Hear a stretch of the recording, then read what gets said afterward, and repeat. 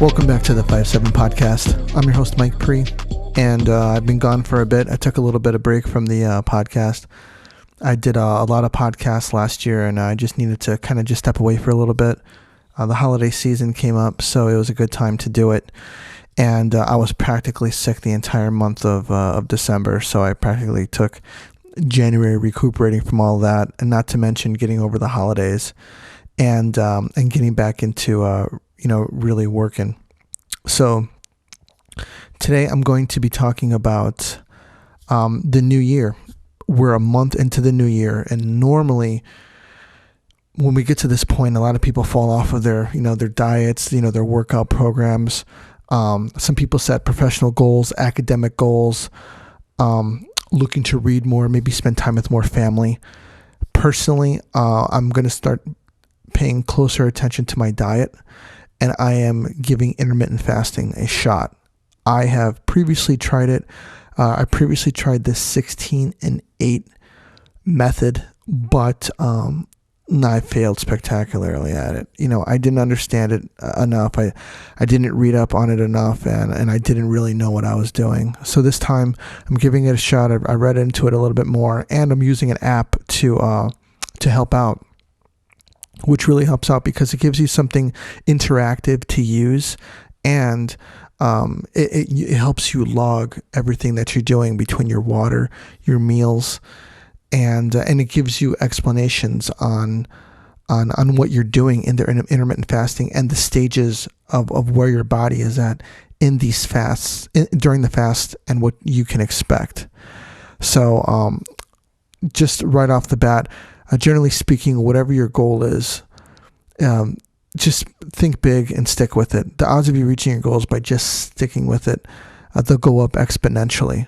Now, I want to talk about intermittent fasting and what I'm doing with it. I am recommended that some people start off slow, that you start off with 12-hour fast, 14-hour fast, and then the 16-hour fast is what is considered like a regular fast, or what you're supposed to be doing, what a lot of people who are doing intermittent fasting do. So the big thing is, something that I've noticed personally, is that during your fast, you want to not put any calories into your body. So you have an option on what you can drink. You can drink water, you could drink tea, or you could drink coffee with no cream or sugar in either, in the tea or the coffee. No sugar in your tea. So no Gatorade. It isn't just a liquid diet. These are the only three things you can have, because you need to restrict calories coming into your body. That's the big thing. So I'm going to get into what happens to your body during your fast. Okay. At 0 to 4 hours, your blood sugar goes up, and you'll probably feel tired and brain fog. So if you ever have a meal, in the middle of the day or in the evening, and you're just tired afterwards, and you want to take a nap, and you just feel like you're not there mentally, it's because your blood sugar is going up. So eating food with a high glycemic index leads to a sugar crash. And this also leads to feelings of hunger. Now, there are a couple types of hunger that typically happen to people. And there's a real hunger, and there's emotional hunger. Now, emotional hunger is like, you're sitting around and you're like, man, I really want some ice cream, or I really want some Doritos or something. That's considered emotional hunger. Like, your body is just trying to tell you that it wants to snack, but it doesn't really need to.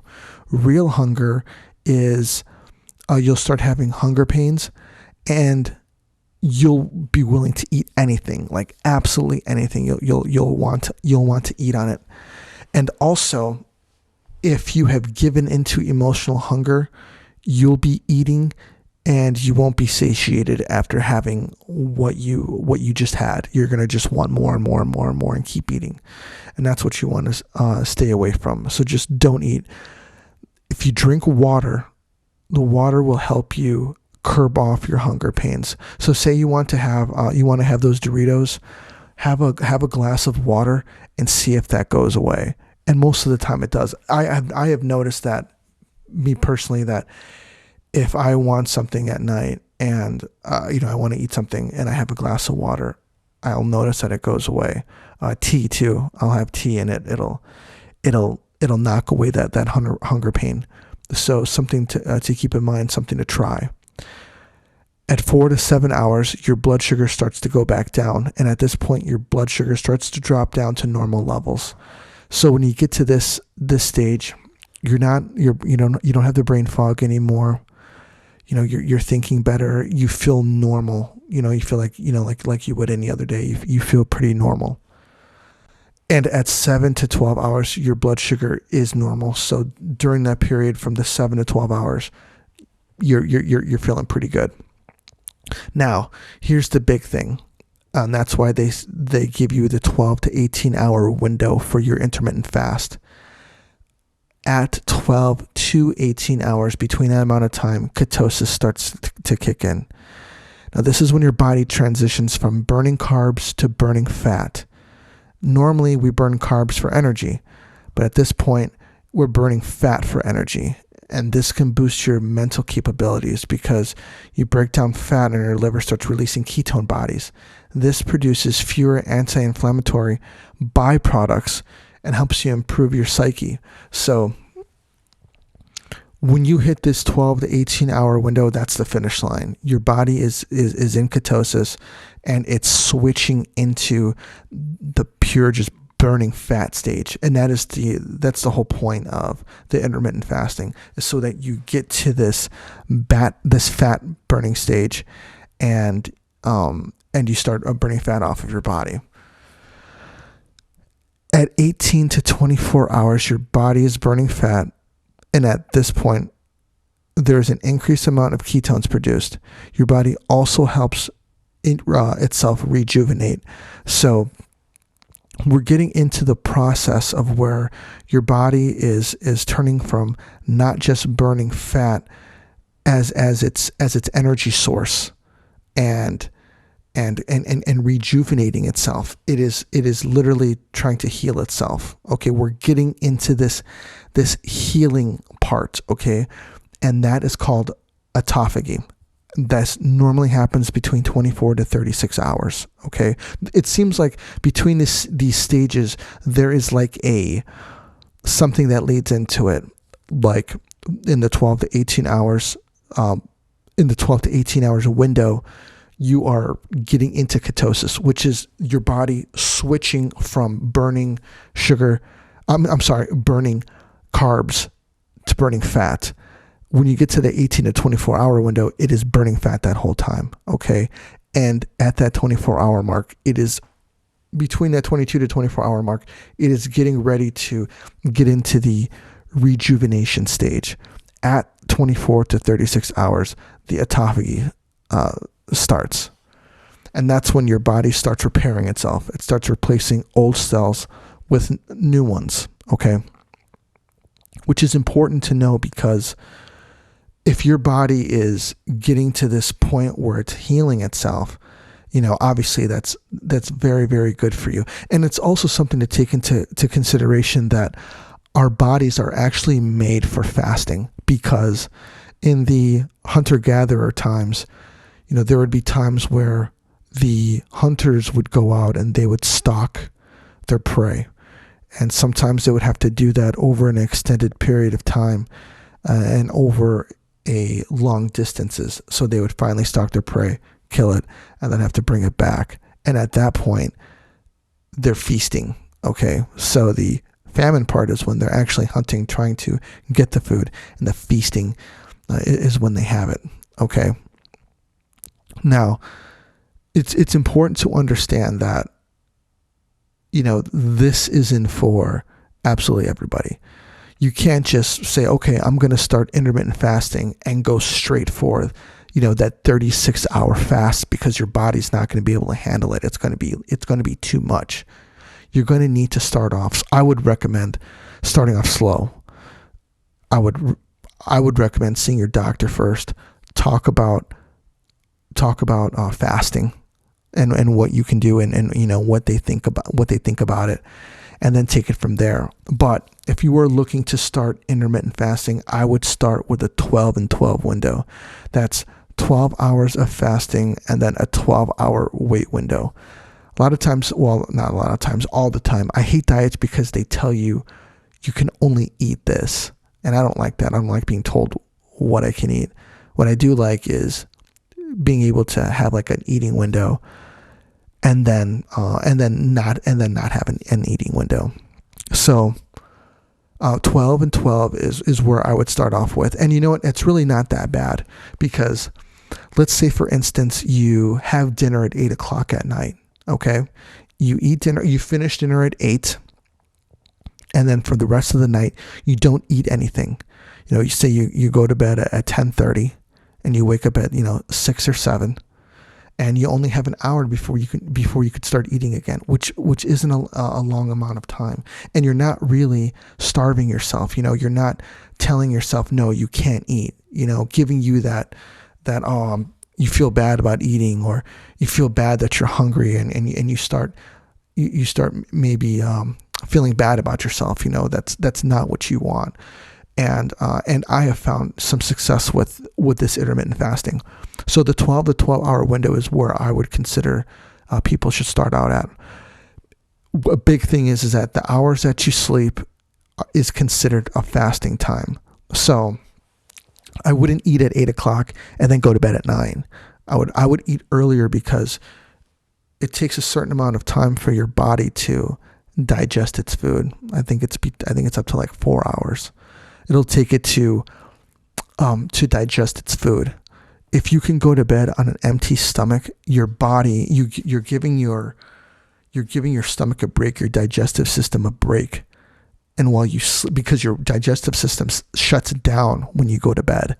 So when you are sleeping, you don't want to have anything in your stomach just sitting there. It being empty is what you want, or at least, I would drink water before you go to bed.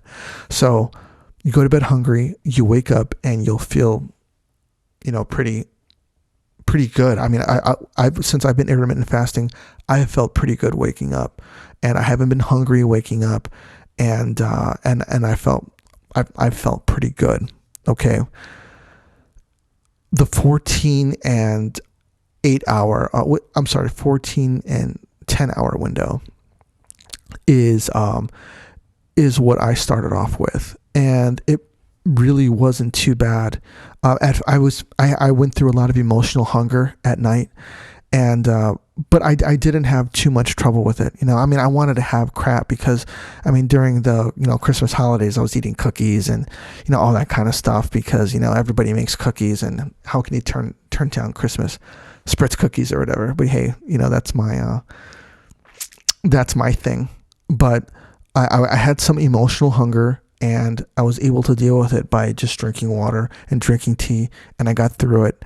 And I felt good the next day when I would hit my fast finish line, and I didn't eat anything, and after a while I didn't want to have anything, because I'd been fasting for 10 days, 12 days straight, and I hadn't given into emotional hunger yet. And I felt good, so I was kind of just sticking with it and going with it. I'm about a month in right now, and I am getting ready to. I have actually introduced fasted exercise into my routine, and I'm going to get into that into a second. Where does exercise fit in? Now, working out while fasting can be very, very hard at first. I would recommend you work out while you're in your feed window to start out. So during the day, have your workout during the day, so that you can have something to eat after you work out, just to get acclimated to working out while fasted. Okay, and then after that, try to work out when you get to the end of your fast. So say you're working out. You start off working out in your feed window. Okay, you're doing well. Once you get used to it, start working out at the end of your fast window. So say you start fasting at 8, and you can have breakfast at 8 a.m. Well, I'm going to say 0800 and I'm going to say 2000 for time, just so that there's no confusion on the time. Okay. So your last meal's at 2000. Okay. We're doing a 12 hour feed window, 12-hour fast window. Okay. You go to bed at, you have your last meal at 2000 hours. Okay. Have your workout at 0700. Okay. Start it off there so that after you get through your workout, and make sure that it's a light workout. Don't do a big, heavy workout because you probably feel terrible afterwards. Do a light workout, see how it goes, and then increase your intensity in your workout so that when you're done with your workout, you can have your meal and have your protein shake or whatever it is that you normally have after your workout, so that you don't mess up with that. Okay, try doing that. Now, as you start going on and you start getting better with your feeding, with your eating, and with your working out in a fasted state, and start introducing your cardio into your fasted state. I'm sorry. When you start doing your cardio and in your fasted state, when you start working out in general, you are kickstarting the fat burning process in this, okay?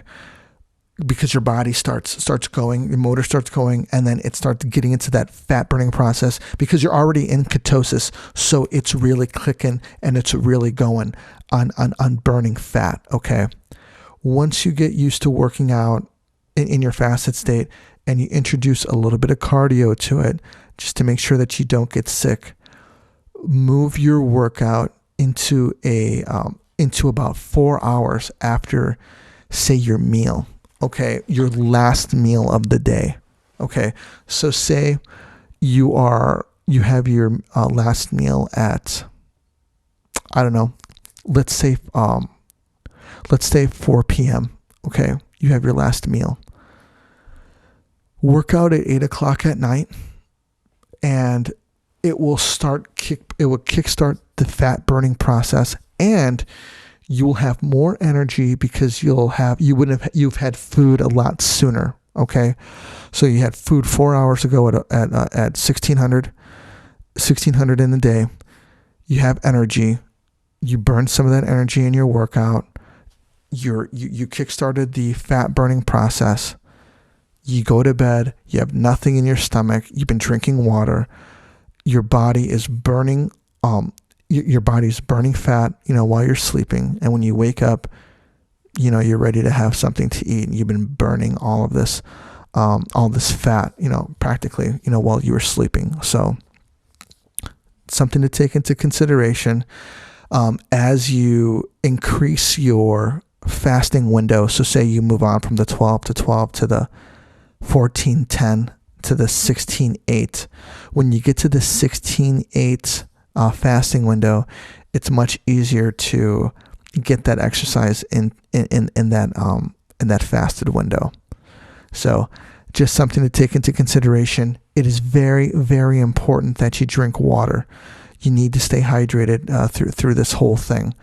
It's generally accepted that whatever your weight is, you want to keep your water intake at half of your body weight. So if you're 200 pounds, you want to try and get 100 ounces of water into your body every day, and use that as a rule of thumb. I've seen that rule of thumb generally everywhere, and I've been using it, and it keeps me hydrated, and I haven't had any issues with hydration. So remember, while you're fasting, in your fasted state, drink water, tea, or coffee. They say that coffee has very, very good effects on your fast when you're in your fasted window. Okay. If you have any questions, send me an email. I'll let you know how it's going with me. I'll let you guys know how my workouts are going and how intense I'm getting my workouts in my fasted state. I'm taking it slow because I don't want to pass out or anything, because it can't happen. So you want to take it easy, at first. Well, by the way, I'm just 30 days into this, and I've dropped about, I think, 3.5 or 4 pounds. I got to check my app again. I think it's 4 pounds that I've lost just from doing the intermittent fasting. I wasn't working out because I just wanted to try to get used to the fasting before I introduced my workouts. So that's where I'm at today, and I'm sure that I'll be dropping more fat off of myself as time goes on, and I guess conveniently right before summertime. So this actually isn't for a summer thing. I'm just trying to get my diet in order, and kind of change my lifestyle a little bit, and get a healthier eating lifestyle is what I'm trying to do. Okay. On to my tech tip. Now, something that has been happening quite a bit over the last, I would say, month, maybe month and a half. Yeah, I would say month, is that people have been getting phished a lot. And it's when phishing is when you get an email sent to you and it says something like, this is from Netflix, your account has been shut down because you haven't paid. Click here to add a new payment. And people click on that, and then they get phished, and it allows hackers to get into your computer, and pretty much they can do whatever they want from there. So in order to stop these phishing emails, one thing to do is to know when your billing cycle is for your apps. Say Amazon Prime, I've gotten Amazon ones, I've gotten Apple ones, and they say that, like my payment has been declined or something, and I need to click here to log in, and I'll notice that the address at the bottom is wrong, or the person that it's from, and it's from some bogus, domain that swimforyou.com or something like that, and it's supposed to be from Netflix or Amazon. So these are things to look for when you're getting phished, and to help you from not getting phished. If you're getting these and you know that they're bogus emails, delete them. If you get an email from somebody that you know and you think it's a bogus email, just shoot them a text and say, hey, did you shoot me an email today? And see what they say. If they're like, no, I didn't shoot you anything, delete it. You got phished. One big thing that you can do in that case is that if you think a friend sent you something, click on their name in the from, and see what it says. Because a lot of times when we get an email and they're in our contacts, it'll say that person's name. So say it says, I don't know, Tyler Durden. Okay. You're like, oh, okay, it's from Tyler. And you're like, well, hold on a second. He's not talking about Fight Club here or something. So you click on the name and it says somebody bogus, somebody bogus from swimforyou.com or something. You're like, oh yeah, this is totally not from him. This is bogus. Delete it. Okay. So, don't be afraid to reach out to people that you think you're getting emails from, and don't be afraid to ask them. Say, hey, did you send me something? And just to make sure that you get it right, because you don't want to get phished, and you don't want your information getting out there and all that stuff, because this stuff is just getting worse and worse, it seems, as time is going on. So if you have any questions on this, shoot me an email at mgp@57podcast.com. Get at me on Instagram or Facebook. Hey, I appreciate the support, everybody listening to my old episodes. Well, I haven't released any new ones. I will be releasing these as they come along. I've got a lot going on with work and stuff, so I will be I might even put out 2 a week. I might put out 1 a week. I might put out 1 every 2 weeks, but just stay tuned. I'm going to be keep releasing podcasts. I'm going to get more interviews out there, because I know a lot of people like interviews. And I'll keep them coming, guys. Happy New Year. I hope everybody's doing great with what they're trying to do. Great trying to seize the new year and keep it going. If you're training, train hard. If you're studying, study hard. Just keep at it. Staying with it, you will see it to the end. I guarantee it. So stay healthy, guys, and take care of yourselves. This is Pri, out.